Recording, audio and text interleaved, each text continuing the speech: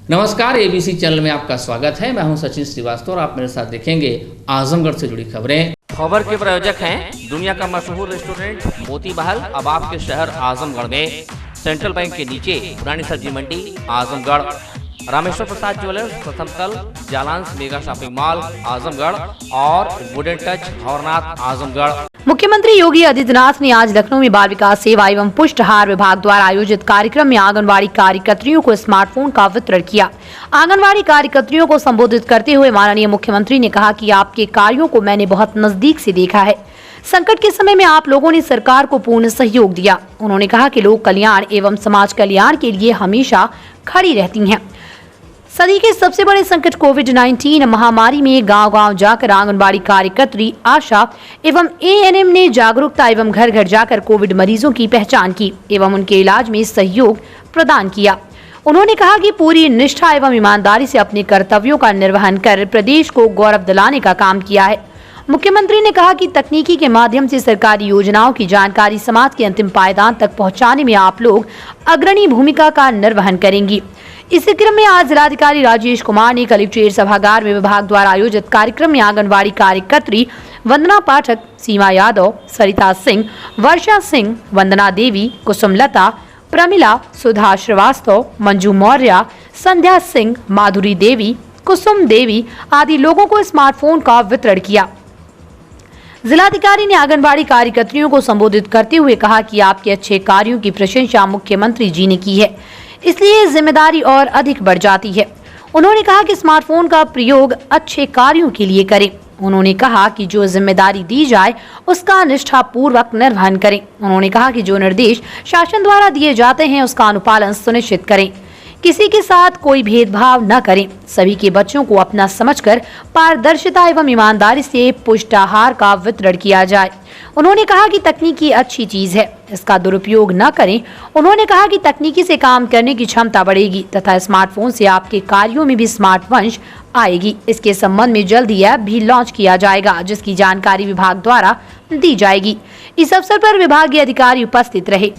आज माननीय मुख्यमंत्री जी द्वारा पूरे प्रदेश में स्मार्टफोन्स का वितरण आंगनवाड़ी कार्यकर्त्रियों को किया गया है। हमारे जनपद में भी सभी आंगनवाड़ी कार्यकर्त्रियों को स्मार्टफोन का वितरण आज कार्यक्रम के माननीय मुख्यमंत्री जी द्वारा वितरण किया, उसके बाद यहाँ भी वितरण किया गया है।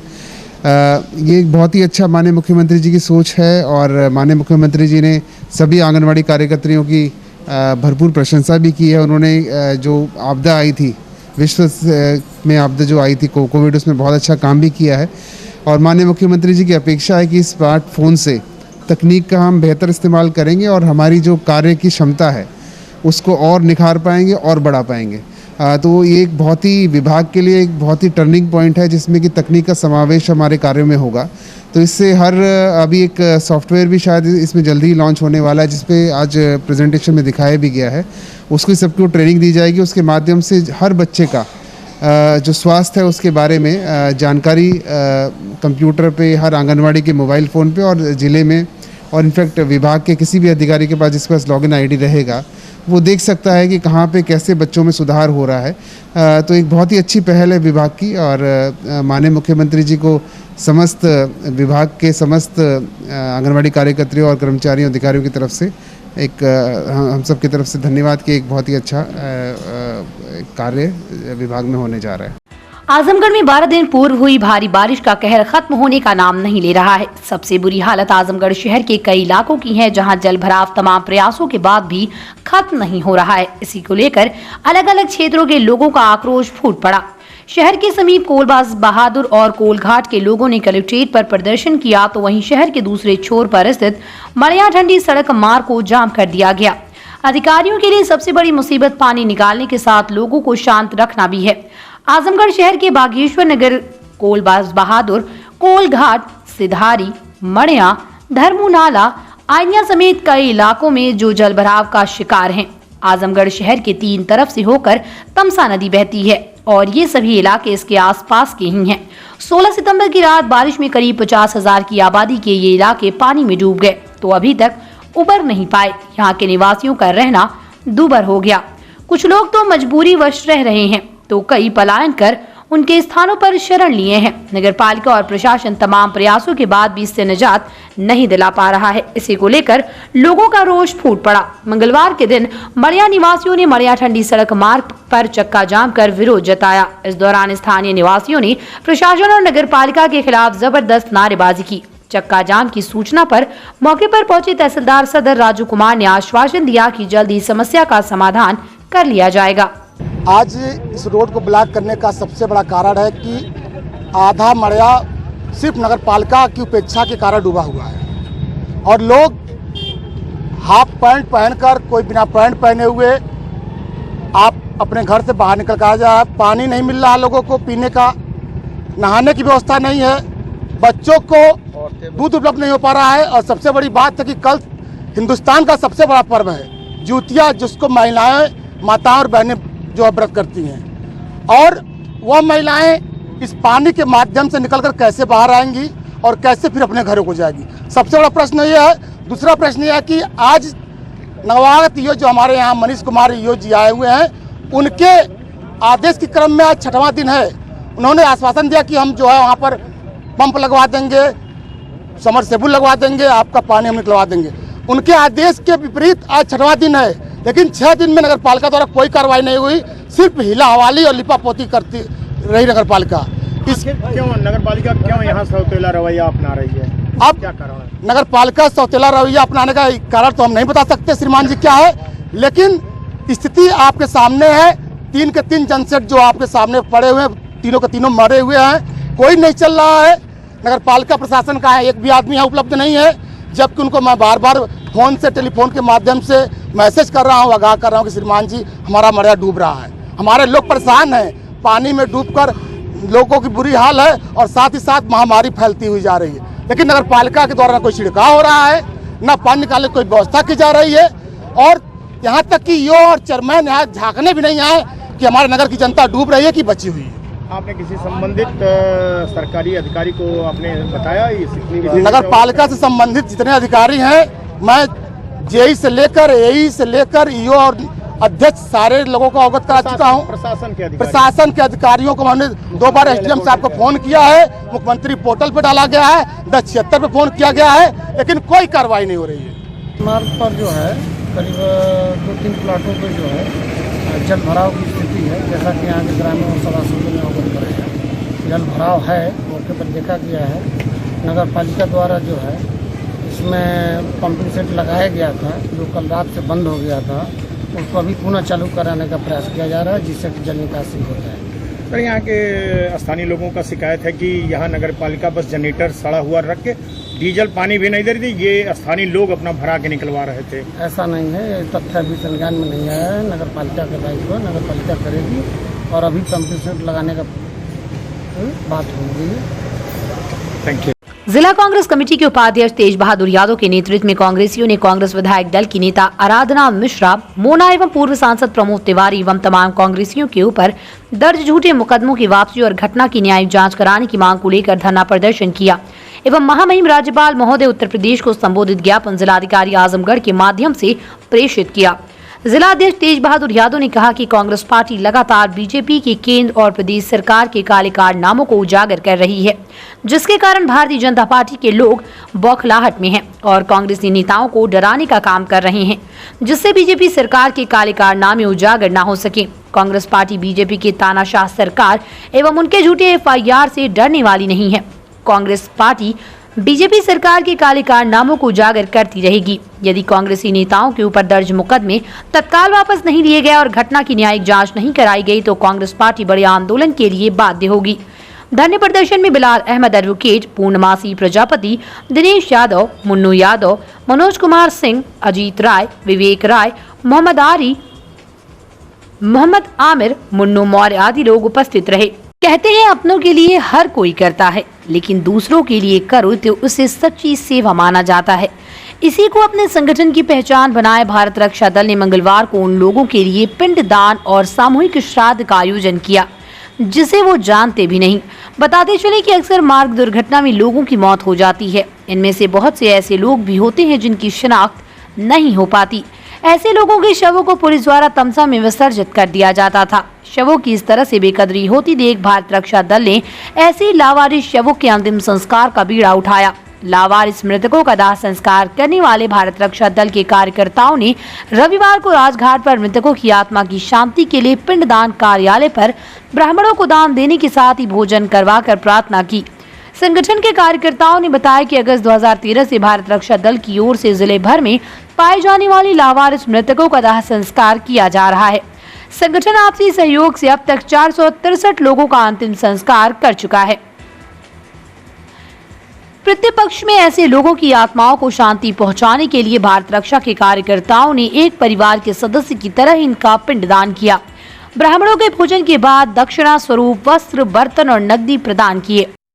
भारत रक्षा दल की तरफ से जो लावारिस लाशों का दाह संस्कार होता है उसके मुक्ति के लिए हमारे शास्त्र में ऐसा विधान है कि पितृपक्ष में पितरों को तर्पण श्राद्ध किया जाए। तो ये संगठन की तरफ से हम लोग इस कार्यक्रम में लगते हैं और जितने साल भर की लाशें जलाई जाती हैं, ज्ञात अज्ञात में किसी की ब्राह्मण हो, क्षत्रिय हो, शूद्र हो, वैश्य हो, स्त्री हो, पुरुष हो, सबकी मुक्ति के लिए सामूहिक रूप से कुछ लोग बैठ करके पिंडदान करते हैं। और इसके बाद पिंडदान के बाद कुछ हमारे यहाँ भोज का भी विधान है, ब्राह्मण भोजन संगठन के तरफ से उनको भोज कराया जाता है। और प्रतिवर्ष ऐसा होता रहा, विगत वर्षों से ऐसा होता जा रहा है। पितृपक्ष में कोई तिथि हम लोग निश्चित करके उस दिन इस कार्यक्रम को करते हैं, करवाते हैं। इस मौके पर उमेश सिंह गुड्डू, हरिकेश विक्रम श्रीवास्तव, मोहम्मद अफजल, मनीष कृष्ण साहिल, निशीत रंजन तिवारी, राम जन्म निषाद, आशीष मिश्र, गोपाल सिंह, आरपी श्रीवास्तव, पप्पू मौर्य, ज्ञानेंद्र चौहान आदि उपस्थित थे। आज हम लोग विगत वर्षों की भांति 2013 से भारत रक्षा दल आजमगढ़ में पाए जाने वाले सारे लावारिस मृतकों का दाह संस्कार करता है। वो अनजान अपरिचित लोगों की मृतक आत्माओं की शांति के लिए हिंदू परंपरा के अनुसार जो एक कर्मकांड की परंपरा है हमारी, कि आत्मा को, मृतक शरीर को अगर मुखाग्नि देने के बाद उनकी शांति हेतु पिंडदान भी होना चाहिए, श्राद्ध भी होना चाहिए, ब्राह्मणों को दान और भोज भी होना चाहिए। तो विगत 2013 से भारत रक्षा दल लगातार जिले भर की लावारिस लाशों का दाह संस्कार करता है और हर साल पितृपक्ष में हम उन मृतक आत्माओं का आह्वान करके उनकी शांति के लिए ये पिंडदान करवाएंगे। सारा श्राद्ध होगा, उसके बाद ब्राह्मणों को दान और भोजन की व्यवस्था इस साल भी कराई जाएगी, वही करा रहे हैं। शहरवासियों को जल जमाव की समस्या से पिछले 12 दिनों से राहत नहीं मिल रही है। शहर के अधिकतर हिस्से जलमग्न हैं। शहर के अधिकांश हिस्से में जल जमाव की समस्या बनी हुई है। सड़क से लेकर लोगों के घरों तक में पानी घुसा हुआ है। बारिश से जमे जल का स्तर घटने की बजाय रोजाना और बढ़ रहा है। धीरे धीरे लोगों में आक्रोश बढ़ता जा रहा है। समस्त ग्रामवासी व शहरवासी बाढ़ का पानी शहर एरिया में घुस जाने के कारण बुरी तरह से प्रभावित हो गए। बीते 16 सितंबर से बिजली, पानी व जल भराव के कारण जीवन अस्त व्यस्त हो गया है।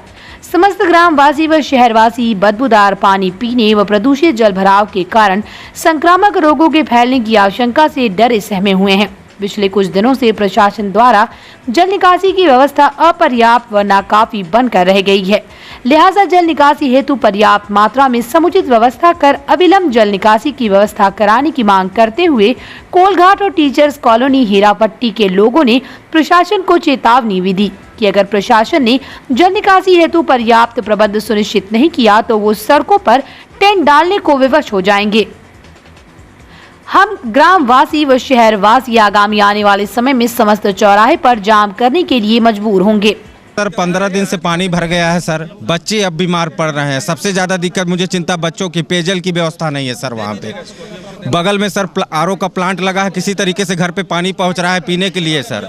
नगर पालिका से एक भी टैंक नहीं गया है पानी का सर। और हम लोग कह रहे हैं कि जब इसी तरीके से हम लोग पानी में डूबेंगे तो अपने आशियाना को हम लोग अभी बीच रोड पे बनाना चाहते हैं।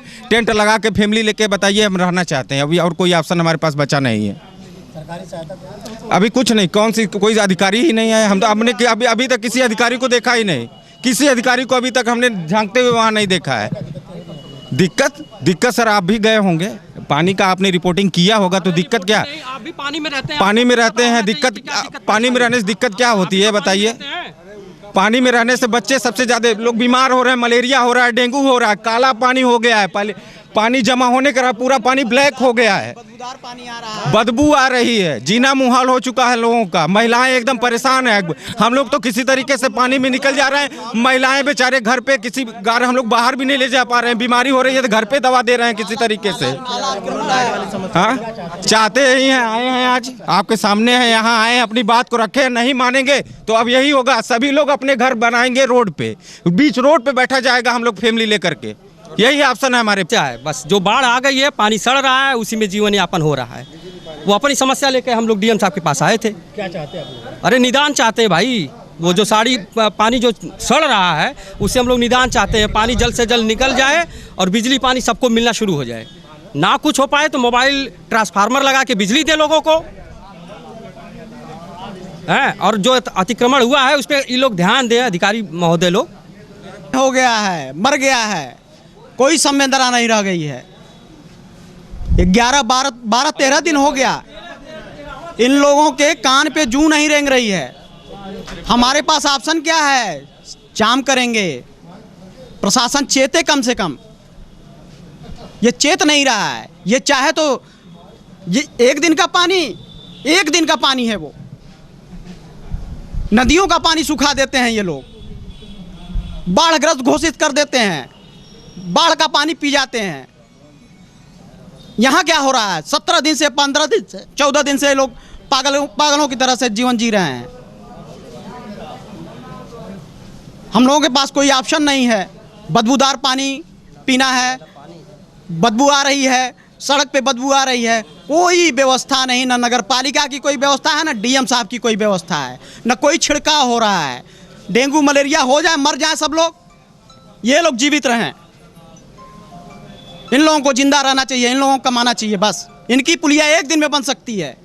हमारे यहाँ पानी इतने दिनों से 15 दिन 14 दिन हो गया, आज 14 दिन से कोई इनके कान पे जूं नहीं रेंग रही है। जो भी पर्याप्त व्यवस्था इन्होंने किया है, एक समरसेबुल का पानी निकल रहा है, समझिए समरसेबुल का पानी निकल रहा है, वो 1 इंच भी पानी घट नहीं रहा है। कोई अधिकारी देखने तक नहीं गया है। ये व्यवस्था जो ये डीएम साहब ने किया है, पंप की व्यवस्था किया है, पानी निकलवाने की व्यवस्था किया, टोटल अपर्याप्त है, कुछ नहीं होगा उसका। एक सब फेल हो गया है। ऐसे कम से कम 50 ठो जनरेटर लगाएं और सिंगल लगाएं, लोड नहीं ले रहा है जनरेटर इनका। 50 जनरेटर लगाएंगे तब ये पानी निकलेगा, ऐसे नहीं होगा। डूब चुका है, यहाँ की जनता मरने वाली है, अंधकार से, जल से और रोगों से। और अधिकारी अपने एसी बंगले में ठाठ से सो रहे हैं, सिर्फ दिखावे के गाड़ियाँ मूवमेंट कर रही हैं और ढाक के 3 पात साबित हो रहे हैं। आज यहाँ पे कोलघाट वासी, टीचर्स कॉलोनी हीरापट्टी वासी जो पीड़ित हैं वो उपस्थित हुए हैं, और इस उद्देश्य से कि आज ये अल्टीमेटम है जिला प्रशासन के लिए, आज के बाद कोई अल्टीमेटम नहीं दिया जाएगा, किसी प्रकार की गुहार नहीं लगाई जाएगी, सीधा आर या पार की लड़ाई लड़नी होगी। क्योंकि जब वैसे भी जान जानी है रोग से, बिजली से, पानी के अभाव में, तो क्यों ना अपने अधिकारों की लड़ाई लड़ के हम लोग अपनी जान दें। डीएम साहब चाबुक चलाएं, गोली चलाएं, बंदूक चलाएं, वो सब सहने के लिए जनता अब तैयार है। क्योंकि उस तरह मर रही है तो ऐसे भी मरेगी। तो इस उद्देश्य से आज यहाँ हम सभी उपस्थित हुए हैं, और आज ये अल्टीमेटम का पहला दिन था। आज अगर रात तक बीते किसी प्रकार का इनिशिएटिव जिला प्रशासन द्वारा नहीं लिया जाता है तो यही जनता आज अगर 2 की संख्या में है, कल 2000 की संख्या में डीएम साहब को उनके घर से नहीं निकलने देगी। ना कोई सफाई हो रही है पानी के लिए, तो लोग कह रहे हैं कि अपने आप पानी निकलेगा। पानी कोई व्यवस्था उन्होंने करी नहीं, लाइट की भी व्यवस्था वो लोग नहीं कर पा रहे हैं। आज इतने दिन से लाइट नहीं है, लोग जनरेटर ला के बाहर से कर रहे हैं, कहीं पे किसी प्रकार की कोई सुनवाई नहीं हो रही है। बहुत इतना बच्चे, छोटे छोटे बच्चे बीमार हो रहे हैं। उसमें सबसे बड़ी समस्या हमको ये आ रही है कि मरे हुए जानवर उसमें तैर रहे हैं पानी के अंदर।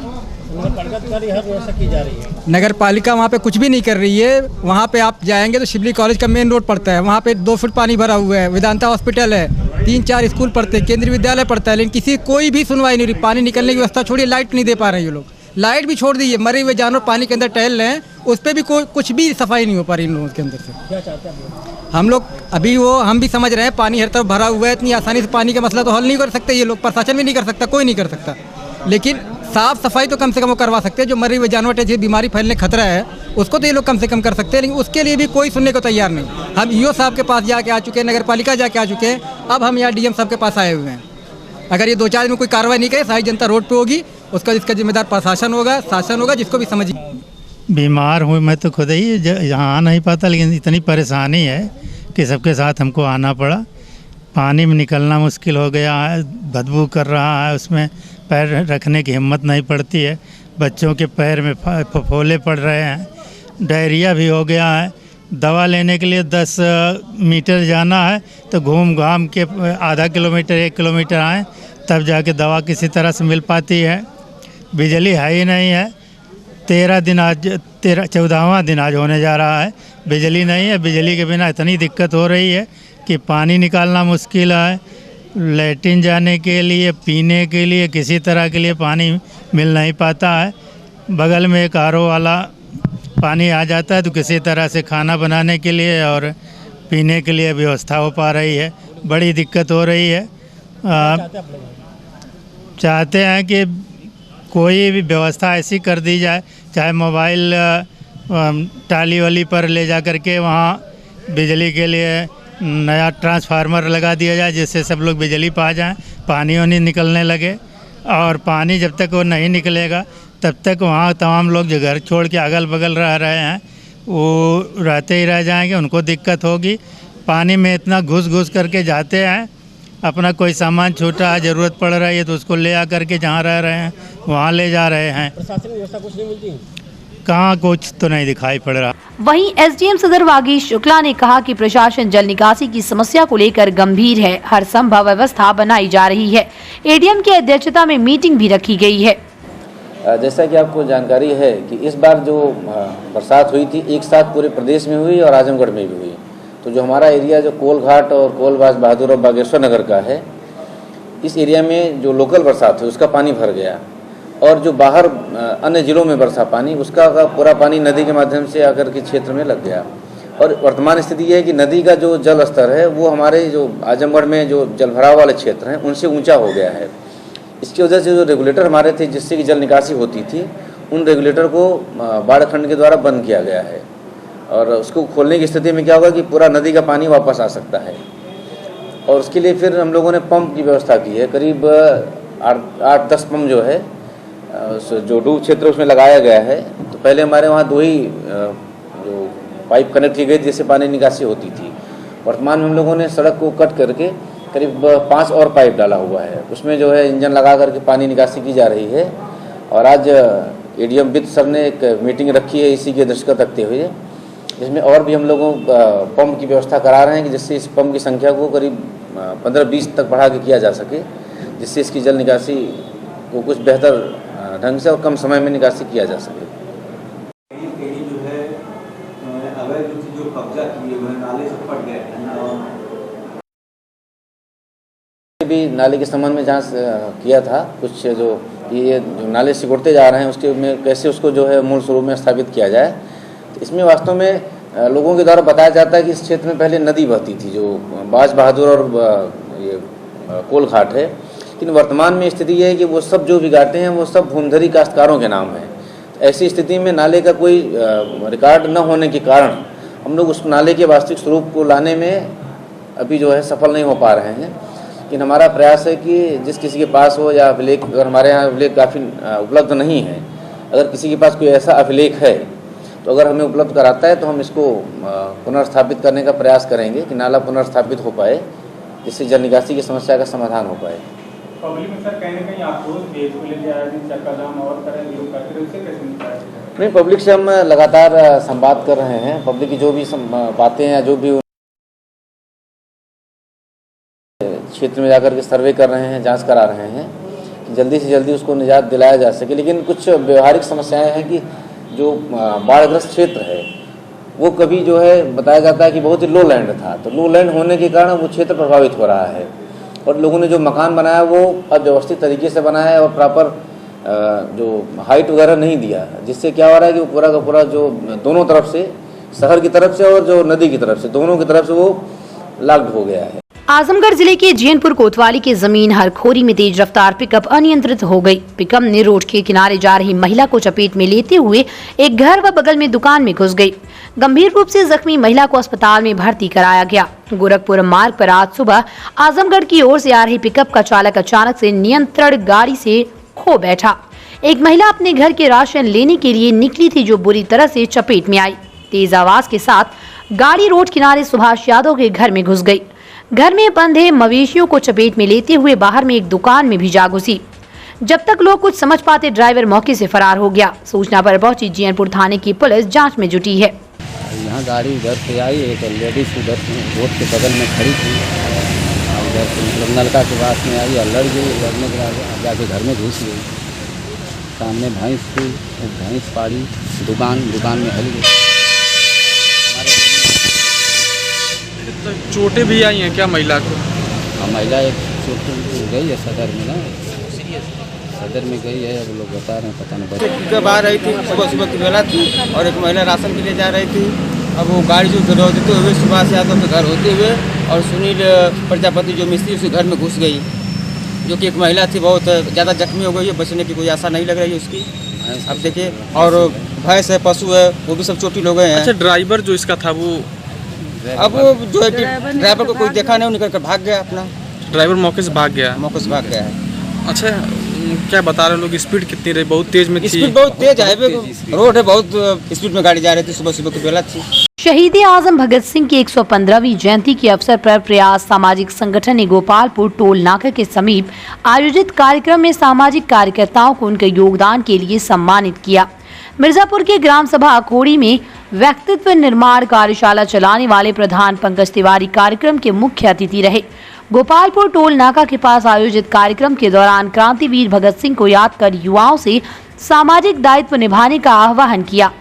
कार्यक्रम को संबोधित करते हुए प्रयास के राष्ट्रीय अध्यक्ष रणजीत सिंह ने युवाओं को सामाजिक सरोकार से जुड़ने के लिए भगत सिंह, बिस्मिल, विवेकानंद, महर्षि अरविंद और सुभाष चंद्र बोस के आदर्शों से सीख लेने की अपील की और प्रेरणा लेनी चाहिए, जिन्होंने आखिरी सांस तक मां भारती के वैभव को उच्चतम शिखर तक ले जाने का सपना देखा और युवाओं के सामने त्याग और तपस्या से मिसाल पेश की है। इस दौरान राजेंद्र प्रसाद, पंकज तिवारी, राम रक्षा, नितिन मोदनवाल, भरत प्रसाद, राकेश बिंद को उत्कृष्ट कार्य हेतु सम्मानित किया गया। कार्यक्रम का संचालन आदित्य आजमी ने किया। जनपद के 80 वर्ष पुराने रघुनंदन प्रसाद रामेश्वर प्रसाद ज्वेलर्स आसिफगंज पुरानी कोतवाली आजमगढ़ की नई ब्रांच रामेश्वर प्रसाद ज्वेलर्स प्रथम तल जालांस मेगा शॉपिंग मॉल सिधारी आजमगढ़। हमारे यहाँ सोने, चांदी एवं हीरे की पूर्णतः हॉलमार्क ज्वेलरी 100% वापसी पर उपलब्ध। आसान किश्तों पर हॉलमार्क ज्वेलरी उचित मूल्य पर प्राप्त करें। ज्वेलरी की शुद्धता मापने के लिए फ्री कैरोमीटर की व्यवस्था। शादी विवाह की करनी हो तैयारी या त्योहारों की हो खरीदारी, आपके भरोसे पर हमेशा खरा उतरेगा रामेश्वर प्रसाद ज्वेलर्स, प्रथम तल जालांस मेगा शॉपिंग मॉल सिधारी आजमगढ़। दुनिया का नामचीन मोती महल रेस्टोरेंट अब आपके शहर आजमगढ़ में यूएसए, लंदन, बहरीन, यूएई सहित देश विदेश में 100 outlet veg, non veg, Indian, Chinese और थाईलैंड के लजीज व्यंजन के साथ ही मोती महल की मशहूर तंदूरी चिकन उपलब्ध। वैलिड पार्किंग की विशेष व्यवस्था। आपको वेज है पसंद या आप नॉन वेज के शौकीन हैं, दोनों जरूरतों को पूरा करेगा Moti Mahal restaurant, central bank के नीचे चौक रोड, पुरानी सब्जी मंडी Azamgarh. Wooden touch Bhawarnath Azamgarh, a complete hardware store. हमारे यहाँ branded plywood, flush door, designer door, PVC door, Formica, fancy hardware, kitchen की चिमनी एवं मॉड्यूलर किचन की एक्सक्लूसिव रेंज उपलब्ध। अपने आशियाने में लगाइए 4 चांद, पहुंचिए वुडन टच भवरनाथ आजमगढ़।